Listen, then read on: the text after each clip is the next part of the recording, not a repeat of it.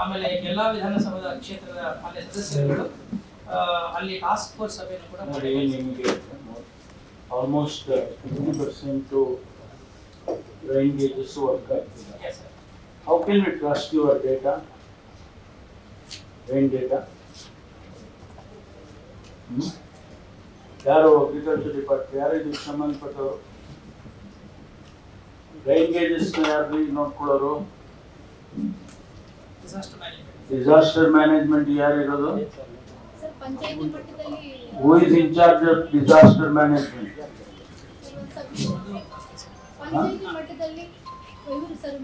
ಇದಮ್ಮ ಯಾರು in charge? District ನಲ್ಲಿ disaster management ನೋಡ್ಕೊಳ್ಳೋರು ಯಾರು?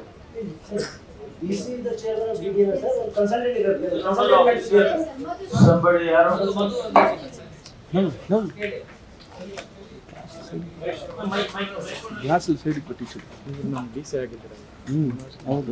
ಜಿಆರ್ ಆರ್ಥೋಪೆಡಿಕ್ಸ್ ಕೋಲಾರ್ ಮೂಳೆ ಚಿಕಿತ್ಸಾ ಕೇಂದ್ರ ಅತ್ಯಾಧುನಿಕ ತಂತ್ರಜ್ಞಾನ ಬಳಸಿ ಎಲ್ಲ ಮೂಳೆ ಸಂಬಂಧಿ ಸಮಸ್ಯೆಗಳಿಗೆ ಪರಿಹಾರ.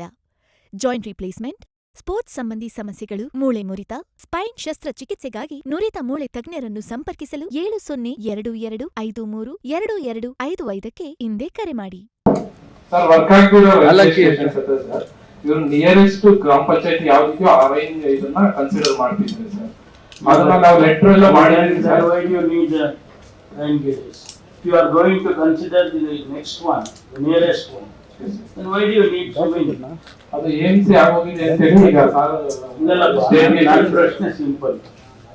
More than 50% or 50% around are not working. How can we believe this data? How can we depend on this data? Okay. Sir, ಆಮೇಲೆ ಮುಂದುವರೆದು ಸರ್, ಈ ಬೆಳೆಯ ವಿಸ್ತೀರ್ಣದಲ್ಲಿ ಸರ್ ನಮ್ಮಲ್ಲಿ ಈ ವರ್ಷ 75,000 ಹೆಕ್ಟೇರ್ಗೆ ಕುರಿಯನ್ನು ಕೊಡಲಾಗಿದೆ ಸರ್. ಬಟ್ ಇದುವರೆಗೆ ಸೋಯಿಂಗ್ ನಮ್ಮಲ್ಲಿ ಆಗಿರೋದು ಕೇವಲ 4%. ಪೇಜ್ ನಂಬರ್ ಸೊ 4.75 ಇದುವರೆಗೆ ಆಗಿದೆ ಸರ್.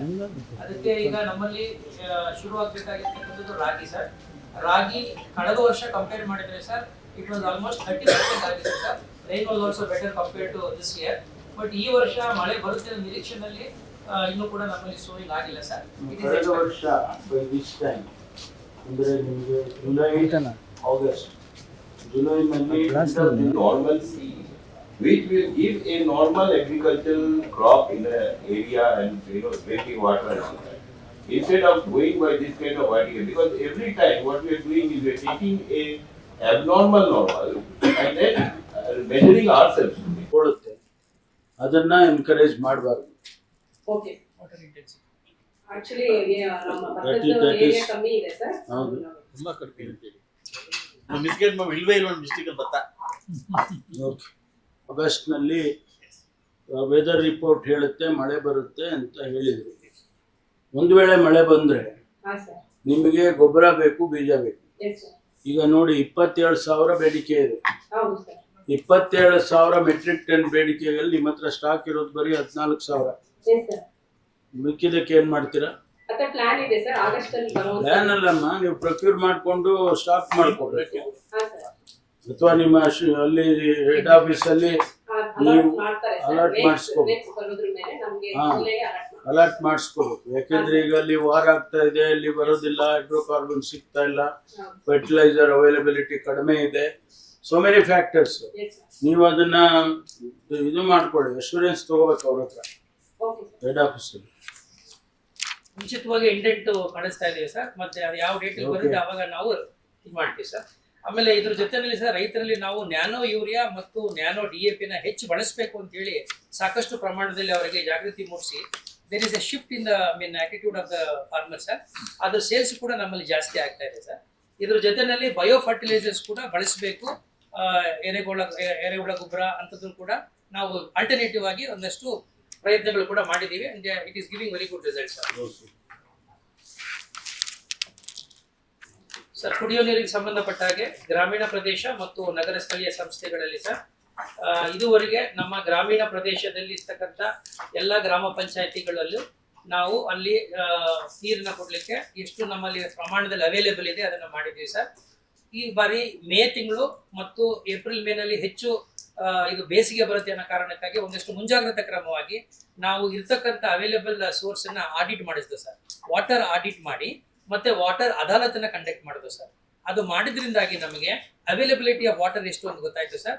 ಆಮೇಲೆ ಡಿಸ್ಟ್ರಿಬ್ಯೂಷನ್ ಅಲ್ಲಿ ಆಗ್ತಾ ಇರ್ತಕ್ಕಂಥ ಲೋಪ ಏನು ಅಂತ ಗೊತ್ತಾಯ್ತು.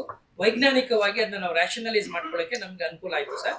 ಅದಕ್ಕಾಗಿ ನಾವು ಗ್ರಾಮೀಣ ಪ್ರದೇಶದಲ್ಲಿ 55 LPCD ನೀರನ್ನ ಪ್ರತಿಯೊಬ್ಬ ಅವರೇಜ್ ಪರ್ಸನ್ಗೆ ಕೊಡಬೇಕು ಮತ್ತು ನಗರದಲ್ಲಿ 100 LPCD ನೀರು ಕೊಡ್ಲಿಕ್ಕೆ ನಾವು ವ್ಯವಸ್ಥಿತವಾಗಿ ನಾವು ಮಾಡ್ಲಿಕ್ಕೆ ಈ ಕಳೆದ 2 ತಿಂಗಳಿಂದ ಸಾಧ್ಯವಾಗಿದೆ ಸರ್.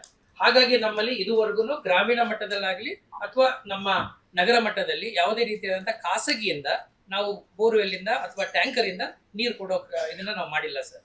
ಆದ್ರೆ ಮುಂದಿನ ದಿನಗಳಲ್ಲಿ ಆಗಸ್ಟ್ ನಲ್ಲಿ ಇದು ಎಲ್ಲಾ ಬೋರ್ಗಳಲ್ಲೂ ಇಳುವರಿ ಕಡಿಮೆ ಆಗ್ತಿರೋ ಹಿನ್ನೆಲೆಯಲ್ಲಿ ಆಗಸ್ಟ್ ನಲ್ಲಿ ನಮಗೆ ಒಂದಷ್ಟು ಸಮಸ್ಯೆ ಬರುವ ಸಾಧ್ಯತೆ ಇದೆ ಸರ್. ಹಾಗಾಗಿ ನಾವು ಒಂದು ಪ್ಲಾನ್ ಬಿ ತರ ಮಾಡಿಕೊಂಡು ಖಾಸಗಿ ಬೋರ್ವೆಲ್ಗಳು ಕೂಡ ಐಡೆಂಟಿಫೈ ಮಾಡ್ಕೊಂಡಿದ್ದೀವಿ ಸರ್. ಆ ಖಾಸಗಿ ಬೋರ್ವೆಲ್ಗಳನ್ನ ಬಳಸ್ಕೋಬೇಕು.